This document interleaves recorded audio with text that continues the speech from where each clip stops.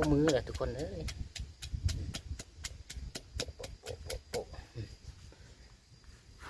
ปลาหรือปลาแดก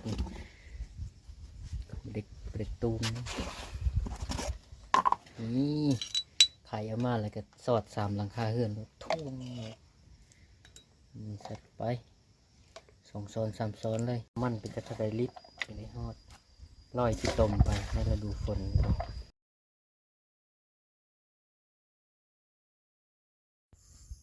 ทักทายสบายดีเด้อพ่อแม่พี่น้องมื้อสุขคนมื้อนี้มาพบกับคือเก่าเช่นเคยนะสบายดีตอนเช้าสบายดีตอนอยู่ป่าอยู่ดงคือเก่าอยู่สวนยางมื้อนี้มาใส่ปุ๋ยยางเนาะจากเขาปลูกได้2-3 เดือนแล้วมันใส่ปุ๋ยมื้อนี้ฝนตกแน่อากาศดีแน่มื้อนี้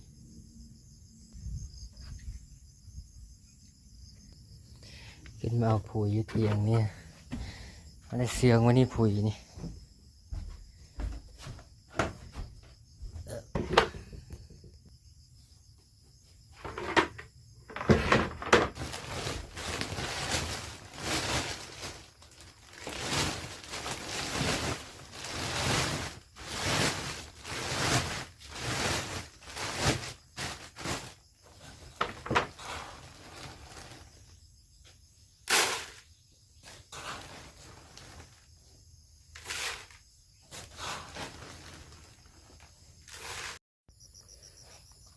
ส่วนนี้เขาจะมาใส่ส่วนนี้เพราะว่ามั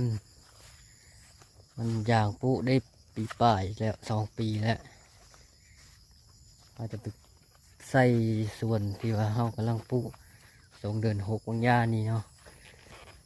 เพราะเขาท่านได้ใส่จักเถือเลยมีแต่ใส่รองพื้นไปเบิ่งแต่ว่ามันสิว่าย่างอื่นซ้ำเลยล่ะมันสิทอดยอดบนได้เนาะปุได้อายุมันก็ได้2 เดือนแล้วส่วนยางก็มีแต่หญ้าทุกคนเลยมีแต่หญ้ามันเฮ็ดบ่ไหวเลยมีแต่ว่าสิเอารถไถมาไถเอาตามร่องเลยทุกคนมันตัดก็บ่ไหวแล้วมันป่งตลอดส่วนนี้มันปุได้3 ปีแล้วอายุมันก็ได้3 ปีแล้วนี่แหละทุกคนได้ส่วนนี้แหละที่ว่าปุได้2 เดือนฮะอายุได้2 เดือนมันกำลังทอดยอดส่วนนี้ถือว่าได้ฉีดยาฆ่าหญ้าเอาเพราะว่ามันตึบพิลึกหญ้านี่มันตึบโพดโพเลยนะแล้วก็เลยใส่ยาฆ่าเอาก็มีใส่ไปมือว่านี้เรื่องหมดแล้วมาใส่ต่อใส่ได้หดพุ่นแล้วแบบบริกว้างทุกคนเลยสวนก็ได้เฮ็ดไปปลูกไว้แล้วซื้อจักจะเป็นอะไรนี่ก็ใส่ปุ๋ยไปแล้วลองนี้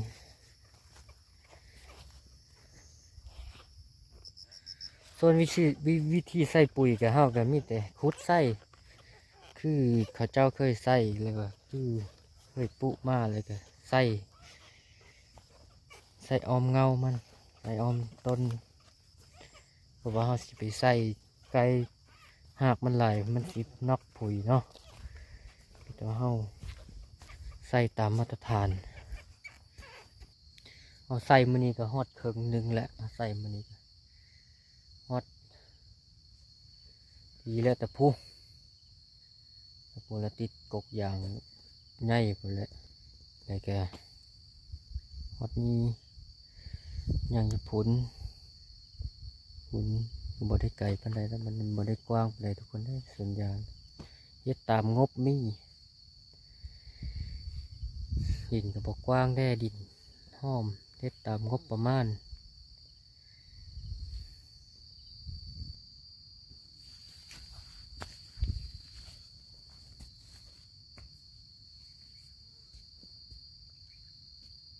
ส่วนวิธีใส่เฮาสิซักนั่นนี้เฮ็ดไม้แหลมๆนั่นนี่เนี่ยซัก4 หู้ออมต้นอย่างออมเงามัน ส่วนใส่ปุ๋ยนี่ก็ใส่ปริมาณ2บ้วงแกงพอดีพองามเพราะว่าใส่หลายมันสิน็อกปุ๋ยเนาะเพราะว่าอย่างพวกเฮามันอายุมันยังบ่หลายความต้องการของอันหักมันก็ยังบ่หลายยังบ่แข็งแห้งเนาะเฮาก็ใส่ในปริมาณที่เหมาะสมจากใส่แล้วเฮาก็คูดดินถมจังซี่ไปนั่น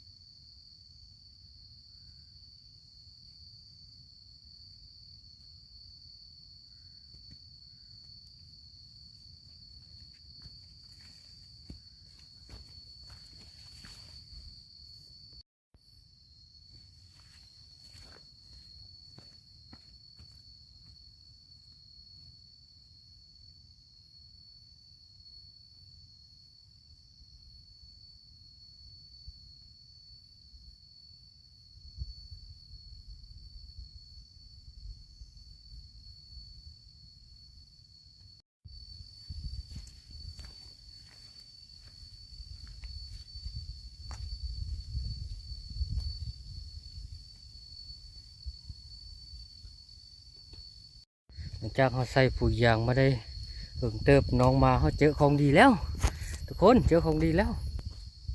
นี่เห็ดแล้ว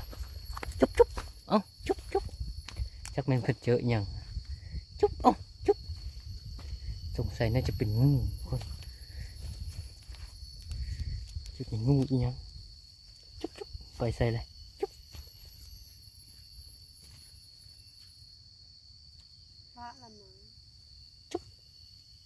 มันไม่ได้กินเนาะ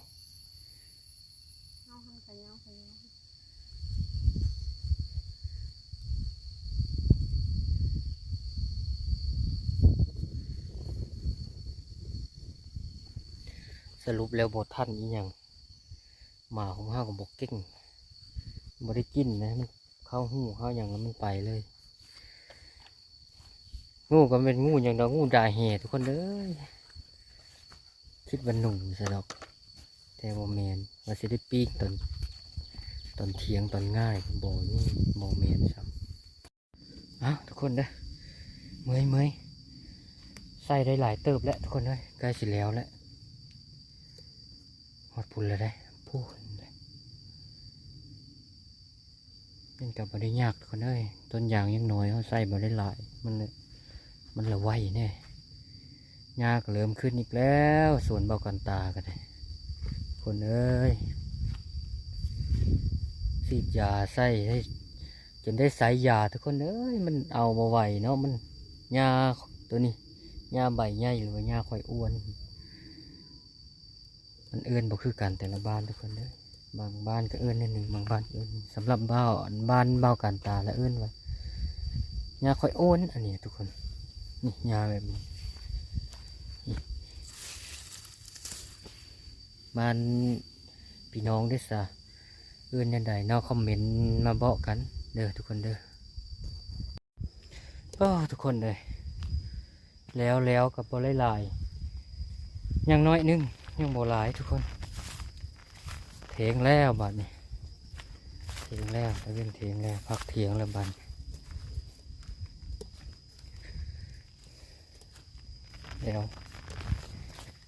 แล้วก็ในกายเคืองแล้วยังบ่หลายทุกคนยังแต่ขาที่เขาฉีดยาตัวท่านบ่ฉีดยาท่านบ่ทำใช่ยังบ่เดียวทุกคนตอนแรกมาซ้ำเอาเทงมาพักเทงมัน กว้างเติบคนเอ้ยนี่กว้างเติบทั้งปีเขาใส่แล้วมาแล้ว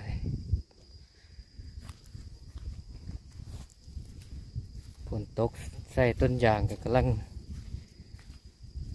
ขึ้นกำลังทอดยอดกำลังงามเลยถ้าว่าฝนดีก็งานเนี่ยปีนี้คือสิขึ้นสูงเติบเข้าไปเอามักแตงขึ้นไปกินทานเที่ยงก้อนทุกคนเอ้ยเข้าไปสวนปะยำนี่มักแตงเป็นลายทุกคนเอ้ยไม่ได้กินอยู่น้องมักแตงก็ได้อันนี้ก็ปลูกทั้งมันทั้งอย่างทั้งมักแตงร่วมมิตรกันเลยทุกคนเอ้ยตัวนี้กำลังงามคุณเลยกำลังทอดฝนกำลังสตกนี่ทุกคนเอ้ยอากาศดีอยู่หน้าเบ้ากันตานี่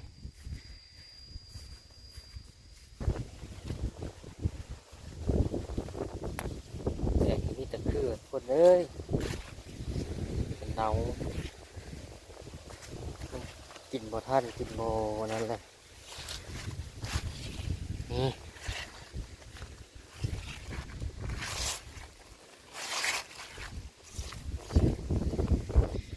ทุกคน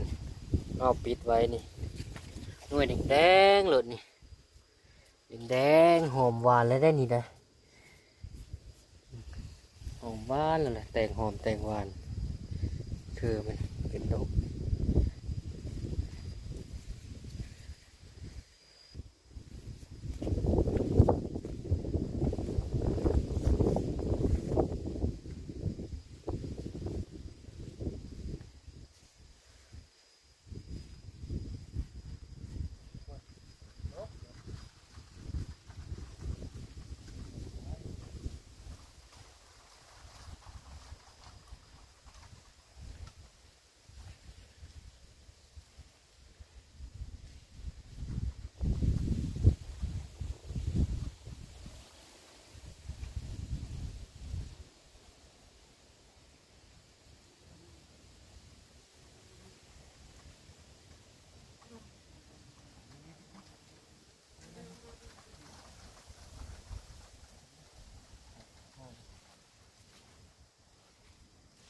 หน่วยแดงๆงามๆเลยนี่แดงไทยน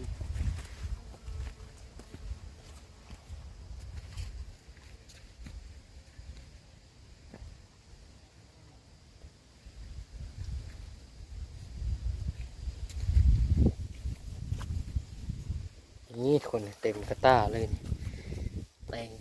แดงงามๆมันหวานเลย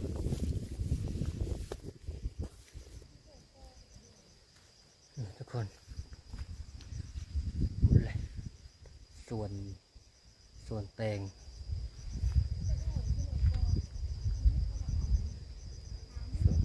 ดกหอมมันหวานเลยทุกคนเอ้ย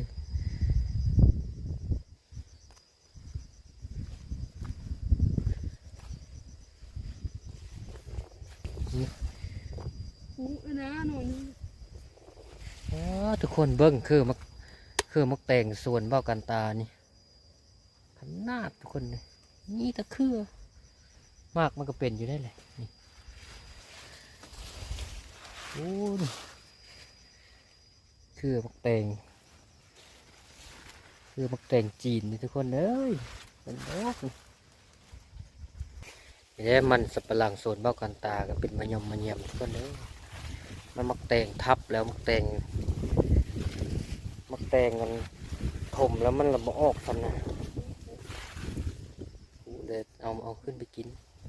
หอมหวานเลยนี่ทุกคนหอมอยู่บ่ทุกคนดมมึงดูสำหรับเบ้ากันตาดมนี่หอมขนาดนี้สุดยอดเลยนี่ทุกคนแตงกวาหน่วยดอนๆนี่สิรถสำหรับตัวนี้ปิดไว้บ่มไว้จักคืนหนึ่งครับมันหอมแล้วเอาไปขายให้ลูกค้าคันใครเห็นเบ้ากันตาตามตลาดนัดจะซื้อซอยเด้อทุกคนเด้อเบ้ากันตาสิปิดเมื่อขายให้ แบ่งปันให้พี่น้องได้เพราะว่ามันกินบ่ไหวและกินภายในครอบครัวกะมันหลายโพดแล้วดีกว่าปะให้มันเหนาทิ่มอยู่นะกลางไหนี่ทุกคนมือเลยก็เอามือขายแป้งปันให้พี่น้องกินน้ำกันทุกคนมาสนับสนุนเด้อถ้าไปเห็นอยู่ใส่กันเด้อ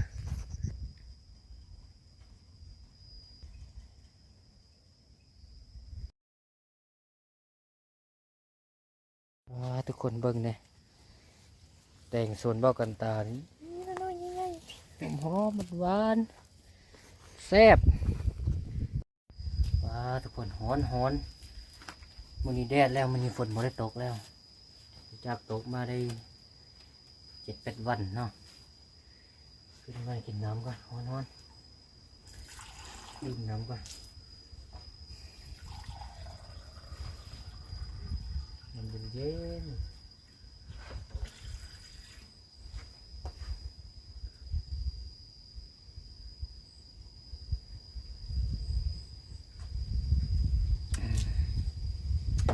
ไม่ได้ชีวิตคนป่าคนดอยทุกคนเลย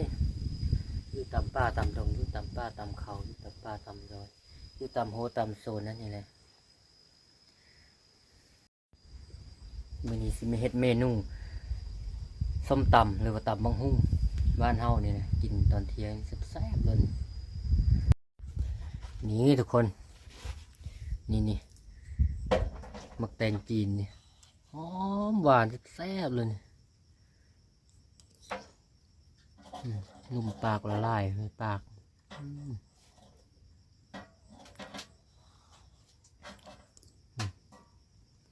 รสชาติมันจะเป็นเหนียวนุ่มๆกรึบๆมันจะมีความหวานความมันแตงจีนนี่ทุกคนเนี่ยบ้านคอยเอิ้นมักแตงจีนจากบ้านพี่น้องต้องเอิ้นมันแบบโมโหแต่ละบ้านเอิ้นบ่คือกัน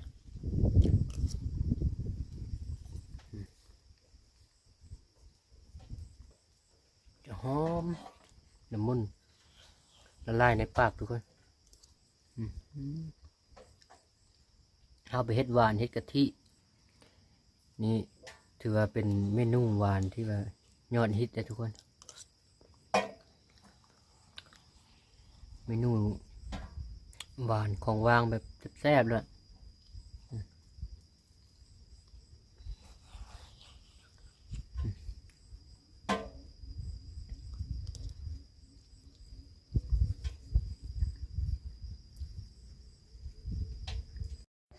มาทุกคนตอนเทงนี่ก็ตำบังหุ่งแล้วกินตอนง่ายเพราะว่าขึ้นมาตะเวียกเลยบ่ได้อยากส้มอยากอย่างนะนี่หุ่งนวลใหญ่เลยก็ปิดมาจากต้นเนี่ยแหละบ่ได้ซื้อได้แลกอีกเนาะบ้านสวนใส่กระมิ่งปื้อ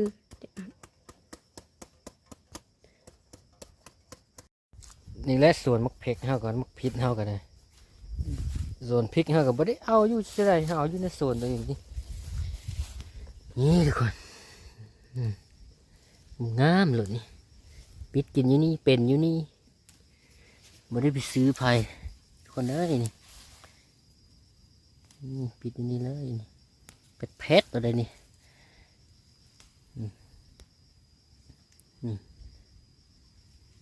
หมักเผ็ดธรรมชาติทุกคนเอ้ยบ่ได้ใส่ปุ๋ยใส่หยังเส้นใส่ดินแล้วมันเป็นโลด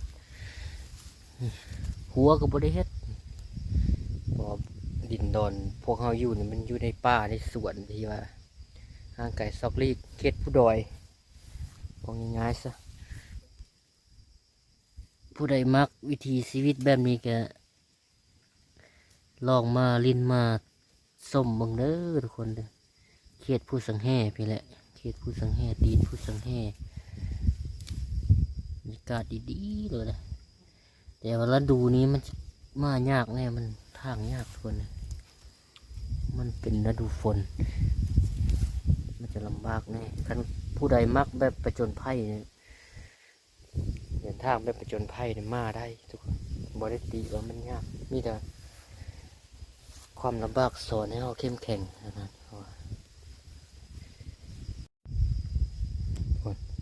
ก ำหนึ่งเอาไปใส่ตำบักหุ่งเฮ็ดเป็ดแพทกินกับยอดกระถินยอดกระถินก็บ่ได้เอาไก่เอาอยู่ใส่อยู่ข้างเถียงนี่ทุกคน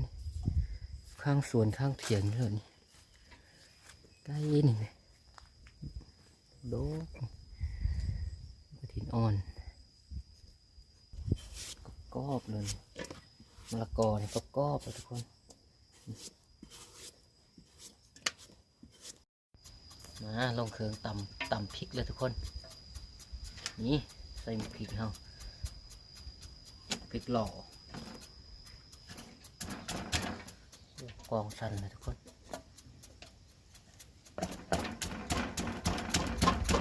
สั่นบุบสิ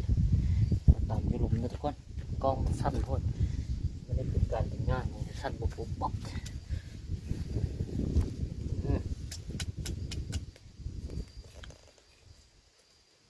เป็นหมอกพอคั่วคู่มือแหละทุกคนเอ้ย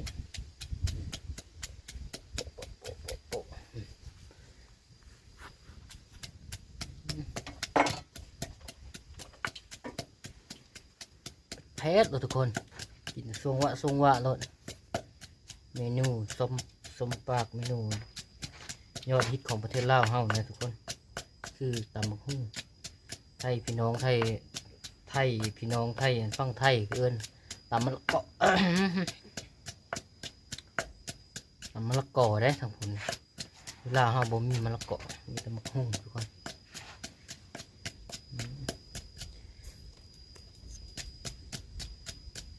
เป็นเองแซ่บเองทุกคนมีไฟมาแซ่บน้ำบ่แซ่บก็ว่าแซ่บเป็นเองทำเองเลยทุกคนนี่น้ำตาลใส่ลงไปส้มหวานนี่ซิกเนเจอร์เขาขาดมาได้ก็คือผงนัวทุกคนใส่หน่อยก็แซ่บหน่อยใส่ลายก็แซ่บลายถ้าใส่เลยก็บ่แซ่บตัวนี้ใส่จักน้อยเดี๋ยวเขาเน้นปลาหรือว่าปลาแดกนี่เด็กตูมนี่ไข่เอามาแล้วก็สอด3 หลังคาเฮือนทุ่งใส่ไป2 ซ้อน 3 ซ้อนเลยใส่ไปปรุงรสตามใจชอบมะนาวเติมเข้าไป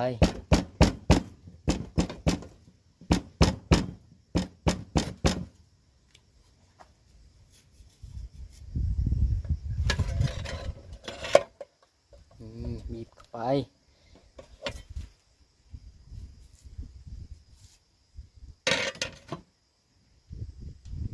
นี่มันก็ไปนี่จากไปเลยใส่เข้าไปทั้งหน่อยเลย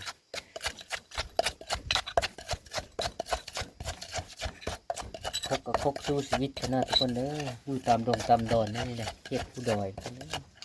บ้านบอกกันตามนี่อยู่ในเมืองนะอยู่ทางเทียบผู้สังเฮเป็นผัวเมืองเท่านึงไปสิไปฮอดเมืองก็ทุกยากลำบากแต่คนได้หมดน้ำมันเป็นจะทะเลลิตรไปในฮอดลอยที่ตมไปในฤดูฝนที่เมืองเนี่ยทุกคนเนี่ยกินแบบไทยมันนอกเอาตามแบบมันนอกมีอย่างใส่ดอกนี่แต่เครื่องปรุงมันนอกแซ่บซิมเนี่ยมันนี่ทุกคนซิมได้เนี่ยข่าวปลอดยุ่แต่ว่าแซ่บเลยทุกคนเนี่ย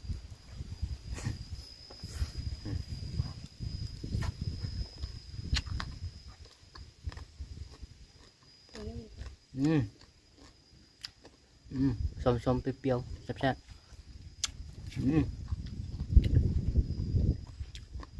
พอดีป่ะได้แล้วได้ทุกคนได้บันมีตักใส่จานเลย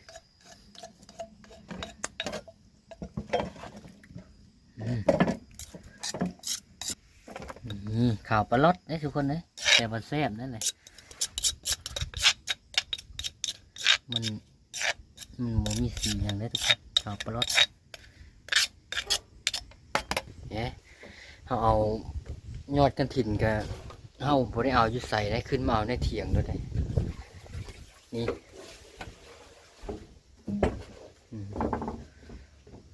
นี่ยื้อเอาในเถียงโลดมันยากขอที่จะให้ตัวเองตก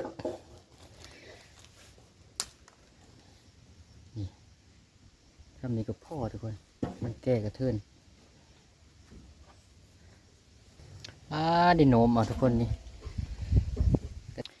มาทุกคนกินข้าวเทงกันบัดนี้เรียบร้อยไปที่เรียบร้อยแล้วตำบักหุ่งเมนูข้าวก็ได้นี่แหละข้าวปลาดแต่ก็แซ่บอยู่ข้าวเหนียวตุ้ยใส่คน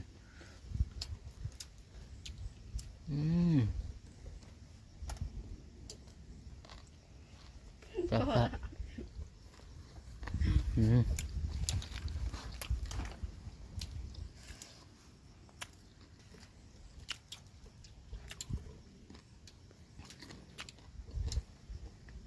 แซ่บ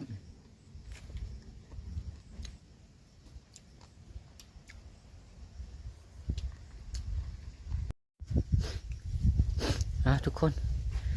กินข้าวเที่ยงจะแล้วไปที่หอยแซ่บๆทุกคนนะคลิปนี้ก็จะจบไว้เพียงเท่านี้ไม่ได้เข้ามากกับกดไลค์กดแชร์กดติดตามเลยเด้อคลิปหน้าพบกันไหมบ๊ายบายสบายดี